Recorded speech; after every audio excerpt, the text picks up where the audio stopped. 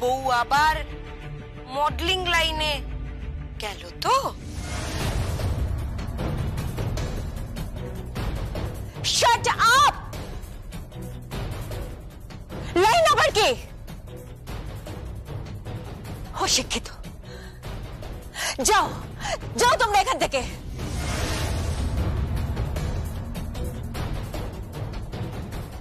সব জবাব আমি তোমাকে দেব দিদি, সব জবাব আমি তোমায় দেব।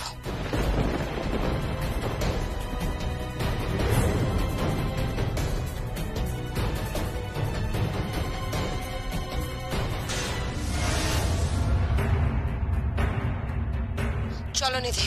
সংকল্প, আমিও কিন্তু এবার আমার সমস্ত প্রাপ্য বুঝে নেব। তুমি শুধু আমার হবে সংকল্প, শুধু আমার।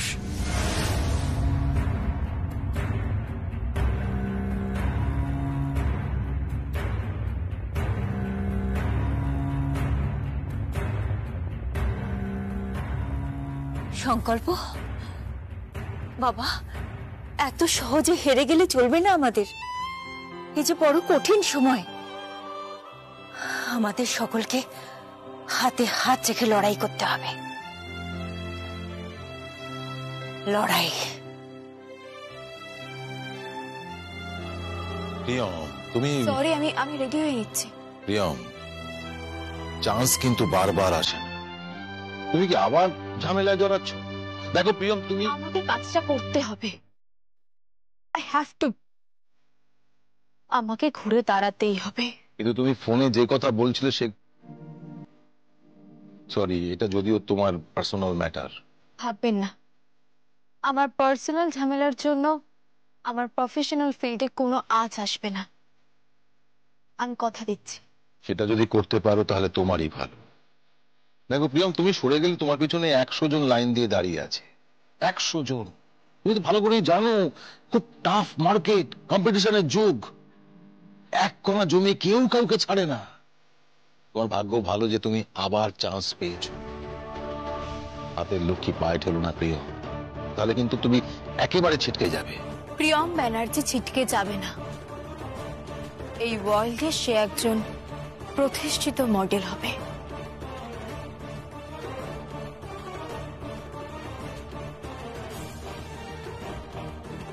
আর সেই সঙ্গে সংকল্প স্টোরসকেও সাফল্যের শিখরে পৌঁছে দেবে, আর মাকে ফিরিয়ে দেবে তার সেলাই টেক্সটাইল। আর আপনাকেও কোনো কথা বলার চান্স দেব না আমি।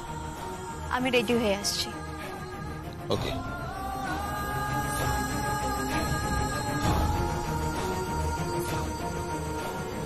প্রিয়, তুমি হেরে গেলে হবে না। তোমাকে হারাতে চাইবে, কিন্তু তুমি হারবে না। তোমাকে জিততে হবে প্রিয়, তোমাকে জিততে হবে।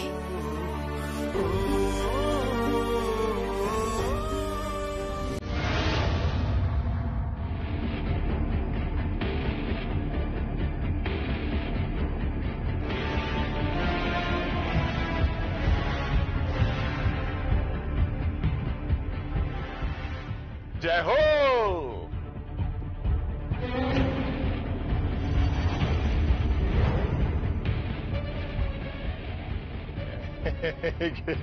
কি ম্যাডাম, আমাকে দেখে ভূত দেখার মতো চমকে গেলেন নাকি?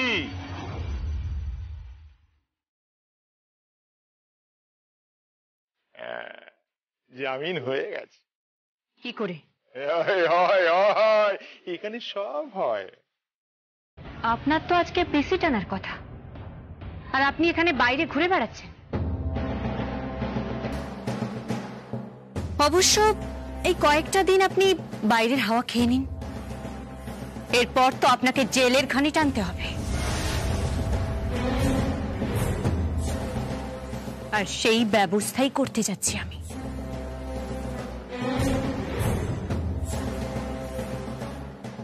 চলুন মিস্টার বাগচি। এক মিনিট, যদি আপনি কোর্টে গিয়ে আবার আমাদের অ্যারেস্ট করানোর কথা ভাবেন, তাহলে কিন্তু মারবেন? প্রাণে মারবেন আমাকে তো? ভয় পাই না। জিলাম গাঙ্গুলি মরতে ভয় পায় না।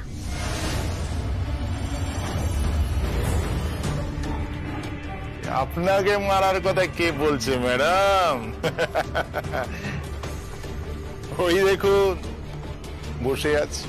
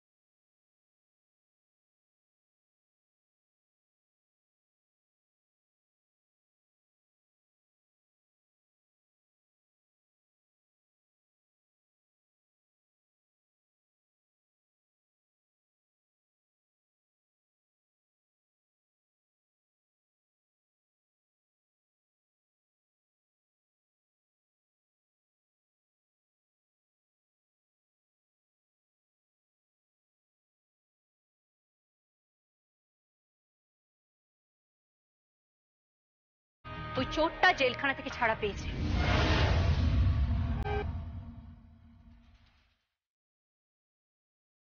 যে আপনাদের পরিবারকে ধ্বংস করছে। চোখ কান খোলা রাখুন আন্টি।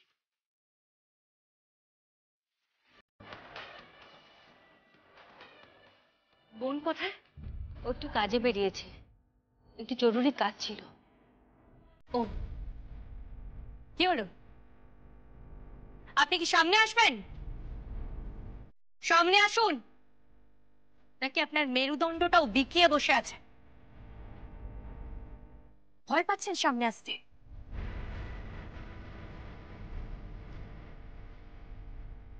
না মানে আসলে ছবি তুলছিলেন তো? বৌদির ছবি তুলছিলেন, তা ওই ছবিগুলো আপনি কোথায় দেবেন? ছাপাবো। ছাপাবেন নাকি সোশ্যাল মিডিয়ায় দেবেন? হোয়াট? সোশ্যাল মিডিয়ায় দেবে তুমি? হ্যাঁ দেবো, এই তো সুযোগ। এই সুযোগ ছাড়ি কি করে? শালঙ্কা ব্যানার্জি কোথা থেকে কোথায় নামিয়ে এনেছি, হ্যাঁ একেবারে ধনে প্রাণে শেষ আর কি।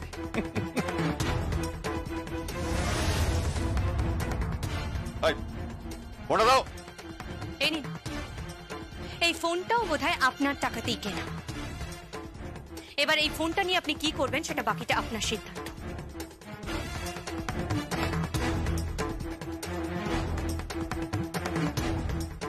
বৌদি কি করছো কি? বৌদি ফোনটা দাও। All deleted.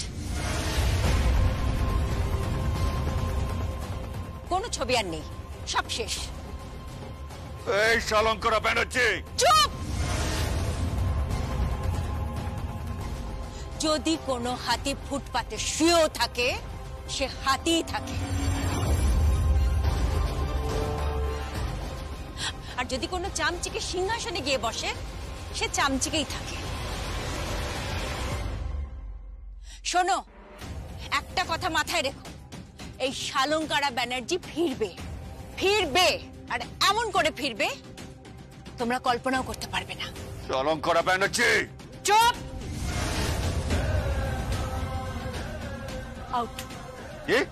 আপনি এখান থেকে বেরিয়ে যান এখান থেকে। এই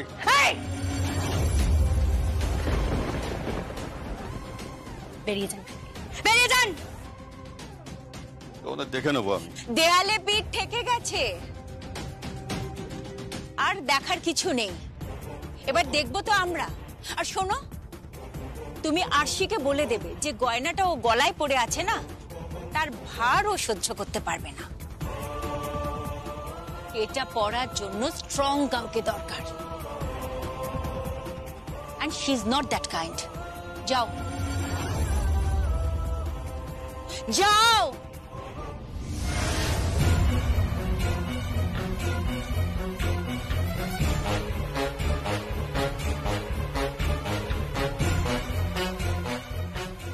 আন্টি আন্টি আন্টি আপনি কেন শাড়ি বিক্রি করবেন? আপনি এখানে বসুন। কেন? আপনি বসুন না, শাড়ি আমি বিক্রি করব। বসুন। তুমি শাড়ি বিক্রি করবে? ইয়েস আন্টি, আপনি শুধু এই কাউন্টারটা সামলান, আপনি দেখুন আমি কেমন ভাবে শাড়ি বিক্রি করি।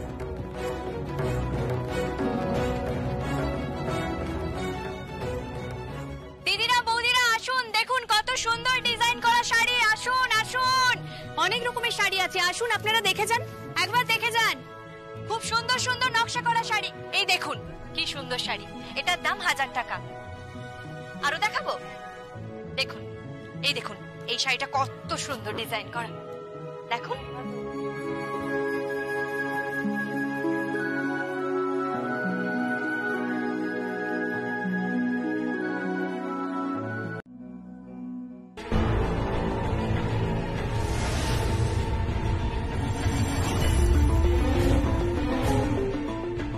কত আয় হলো?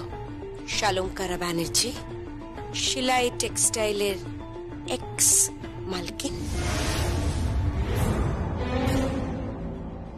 দেখি কত টাকা রোজগার করেছো।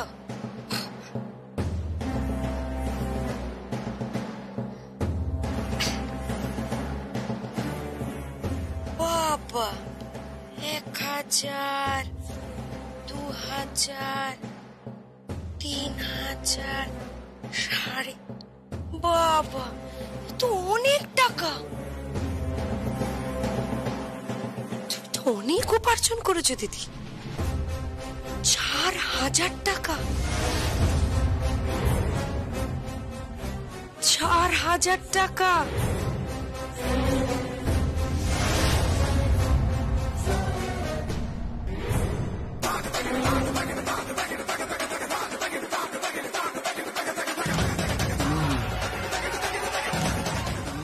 শালঙ্কারা ব্যানার্জি 4000 টাকা, তোমার কোম্পানির 4 কোটি টাকার সমান।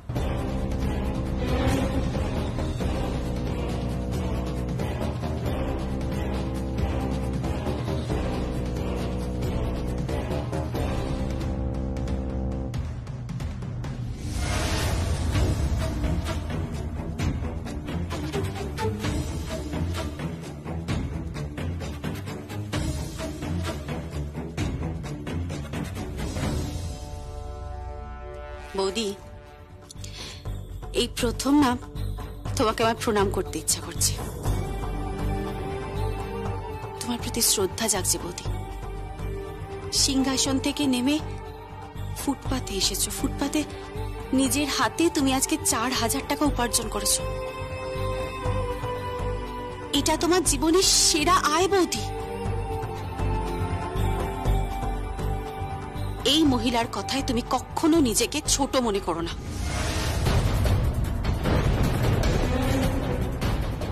না ধরো,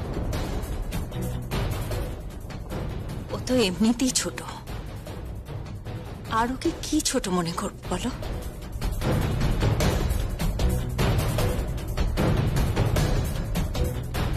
বয়সে আমার থেকে ছোট, তাই না? আসি আগুন নিয়ে খেলছে, ওদের জানা নেই যে আগুন নিয়ে খেলতে নেই।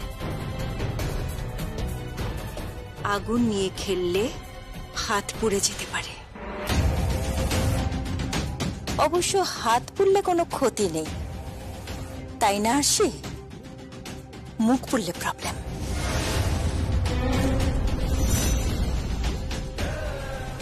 এই শালঙ্কারা ব্যানার্জি, এসব কথা আমাকে একেবারে শোনাবে না।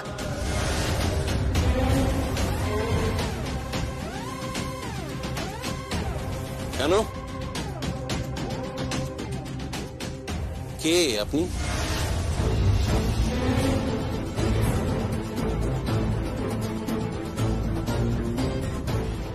আপনি কে? কি ভেবেছেন কি? আপনি কি ভেবেছেন খেলা শেষ হয়ে গেল? শালঙ্কারা ব্যানার্জির পাশে দাঁড়ানোর মতো কেউ নেই। ভুল ভেবেছেন। আমি আছি, ঐশানী আছে, বিভাসদা আছে, ঝিলাম আছে, প্রিয়ম আছে। আপনি তো খড়কুটোর মতো ভেসে যাবেন।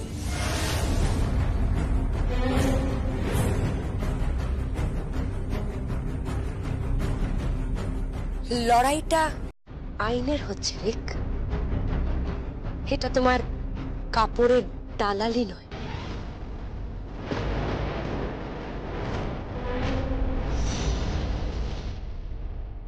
ঠিক করে কথা বলো। সম্বন্ধে ও আমার হাজবেন্ড হয়। Mind your language. দালালকে দালাল বলেছে, তাহলে কি বলবো?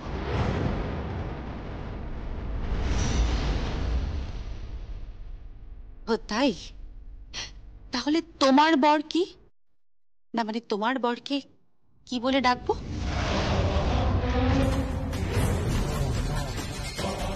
এই ঐশানী, তুমি কিন্তু মাত্রা ছাড়িয়ে যাচ্ছ।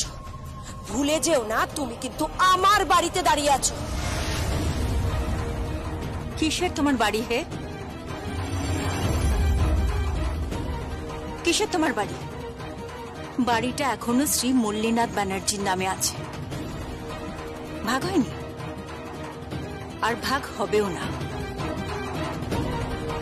মল্লিনাথ ব্যানার্জি যা উইল করবেন সেটা বিভাস ব্যানার্জির নামেই করবেন। ও তোমাকে খাওয়ানোর জন্য প্রাণপাত করবে। আমি তো আছি মম, আমি তোমার ছেলে, আর আমার পে স্কেল নেহাত কম নয় মম। আমি তোমাকে খাওয়াতে পারবো না, আমি আমার স্ত্রীকে খাওয়াতে পারবো না। তাহলে সংসারের দিকে তাকা একবার, দেখ সারাদিন আমরা কিভাবে কাটাচ্ছি, কি অত্যাচার সহ্য করছি, কি যন্ত্রণা পাচ্ছি আমরা। দেখ। যন্ত্রণা? মম, তোমরা কি যন্ত্রণা পাচ্ছ? মম বলো, তোমরা কি যন্ত্রণা পাচ্ছ? যন্ত্রণা তো উনি পাবেনি, এরকম একটা বউ পেলে যন্ত্রণা তো পাবেনি। নিধি? হ্যাঁ, শালঙ্কারা ব্যানার্জিকে প্রিয়ম ব্যানার্জি ফুটপাতে নামিয়ে নিয়ে এসেছে, কাউন্টারে বসিয়ে শাড়ি বিক্রি করিয়েছে, 4000 টাকা উপার্জন করিয়েছে। সংকল্প, can you even imagine that? তোমার বউয়ের ইন্টেনশনটা কি? তুমি কি বলছো কি? হ্যাঁ তাই করেছে।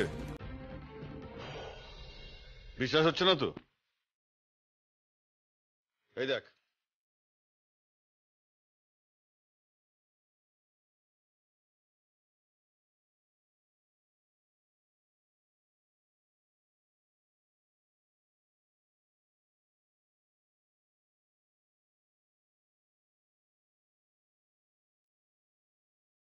দেখ দেখ, তোর মা ফুটপাতে বসে সংকল্প স্টোর্স বোধহয় 1000 টাকা রোজগার করেছে, কি তাই না বৌদি?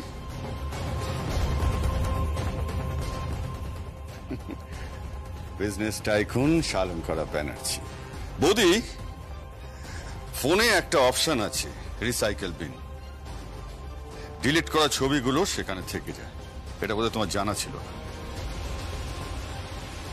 সুভাষ। মম, তুমি এই ফুটপাতের দোকানে কি করছিলে? হ্যাঁ, তুমি এই ফুটপাতের দোকানে কি করছিলে? প্রিয়ম, তুমি মমকে ওই ফুটপাতের দোকানে কেন নিয়ে গেছিলে?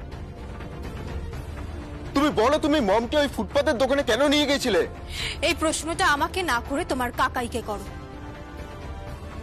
এই প্রশ্নটা আমাকে না করে সুনিধিকে করো। এই প্রশ্নটা আমাকে না করে তোমার কাকিমণিকে করো।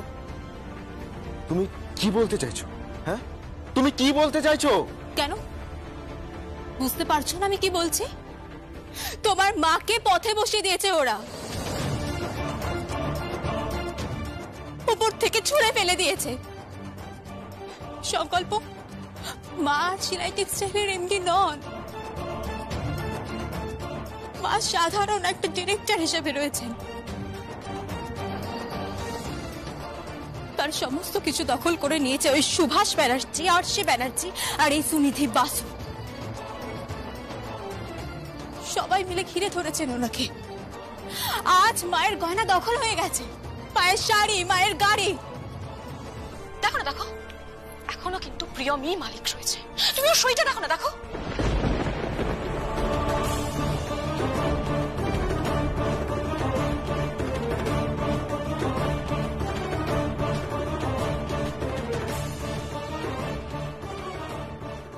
প্রিয়ম, কি হচ্ছে এগুলো? হ্যাঁ, এগুলো কি হচ্ছে? তুমি কি বলছো কি? সংকল্প, সংকল্প দেখো, তুমি দেখো না, প্রিয়মই মালিক রয়েছে। দেখো শালঙ্কারা ব্যানার্জি নিজে প্রিয়মকে জায়গা ছেড়ে দিয়েছে। প্রিয়মই মালকিন, প্রিয়মেরই তো সব রয়েছে। যা করছে প্রিয়ম করছে, আমরা কেন করতে যাবো বলো? ও ইনফ্যাক্ট যে এরকম কি কি করছে, কেন করছে, আমরাই বুঝতে পারছি না। তুমি এসব কি বলছো কি নিধি? কোম্পানির কোথাও এখন আমি আর নেই, আমাকে সরিয়ে দেওয়া হয়েছে।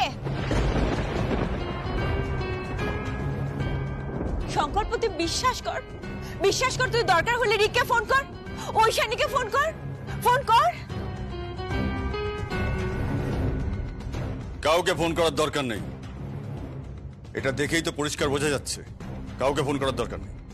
সংকল্প দেখো না, দেখো, তুমি দেখো, দেখো প্লিজ ভালো করে দেখো।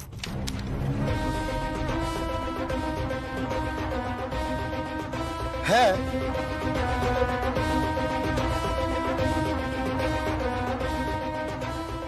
মম, মম তুমি তো আছো, তাহলে প্রিয়ম তোমাকে ওখানে কেন নিয়ে গেল? আমি তো কিছুই বুঝতে পারছি না। আর প্রিয়ম, প্রিয়ম এর মানে কি? হ্যাঁ, এর মানে কিছুই না সংকল্প। ও নিজের মডেলিং পেশাটার প্রতি জাস্ট লোভ সামলাতে পারছে না। ও কিসের কিসের বিজ্ঞাপন সাইন করেছে তুমি জানো? ও কোন কোন প্রোডাক্টসের বিজ্ঞাপন করতে চলেছে তুমি জানো? কি বিজ্ঞাপন করবে? আমি এসব মুখে বলতে পারছি, আমি ভাবতেই পারছি না, আমার তো ঘেন্না করছে।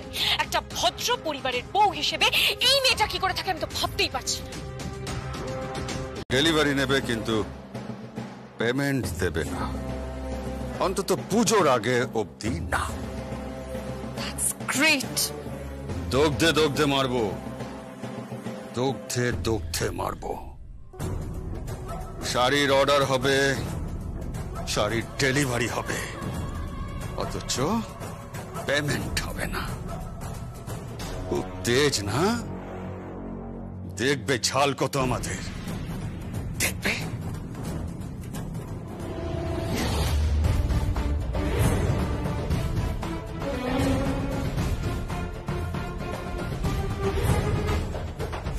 তুমি? হ্যাঁ আমি। এখানে কি করতে এসছো? তোমার বোন আর তার শাশুড়ি মা বেরিয়ে গেছে। কখন? এক্ষুনি, এক্ষুনি তো বেরিয়ে গেল। দেখুনি, পায়ে হেঁটে ফুটপাত দিয়ে শালঙ্কারা ব্যানার্জি যাবে, আর গিয়ে হকারের মতন বসবে ওখানে। রাস্তায় দাঁড়িয়ে শাড়ি বিক্রি করবেন। অনেক নিচে নামিয়ে ফেলেছেন শালঙ্কারা ব্যানার্জিকে। আরো নিচে নামবে, কবর কবর কবরে পাঠিয়ে দেবো।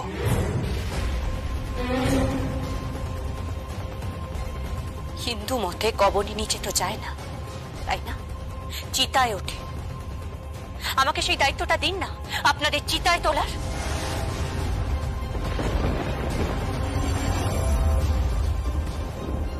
ছিলাম, তুমি কোথায় দাঁড়িয়ে কথা বলছো সেটা ভুলে গেছো? ভুলিনি। বৈভবীকে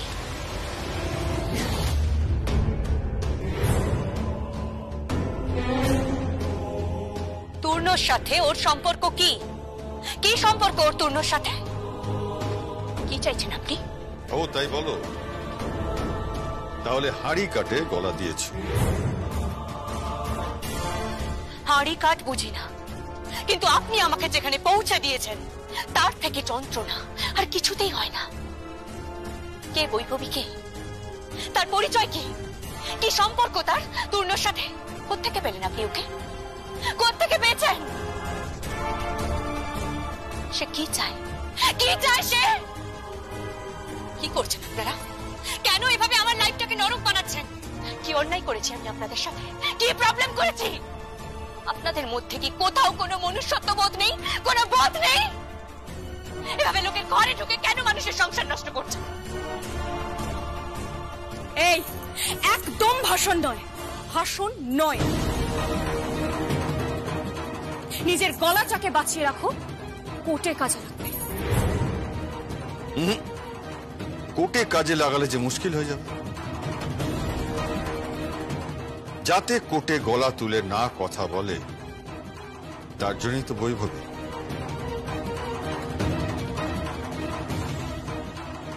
কোর্টে 19-20 করবে, আবার আমাকে ফাঁসানোর চেষ্টা করবে, তাহলে বাকি কাজটা বৈভবী করে দেবে। তরুণ আর বাঁচবে না।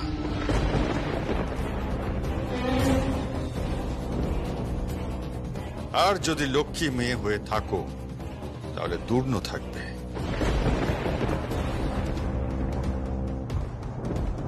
আর আমি কেসে বেকসুর খালাস হলে বৈভবীও চলে আসবে। বৈভবী কে? ওর পরিচয় কি? আমার কাজিন।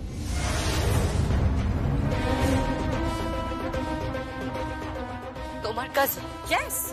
কেন, কোনো প্রবলেম আছে তোমার? না, এবার বুঝতে পারছি যে মেয়েটা কেন এত খারাপ। রক্ত কথা বলে, জিন কথা বলে। চলি। দাঁড়া বেটি। বাজাজ আঙ্কেল,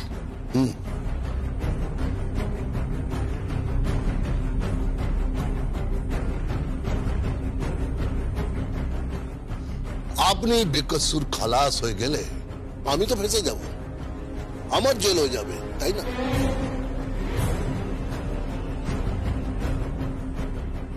এত বড় অধর্ম তো স্বয়ং ভগবানও সহ্য করবে না।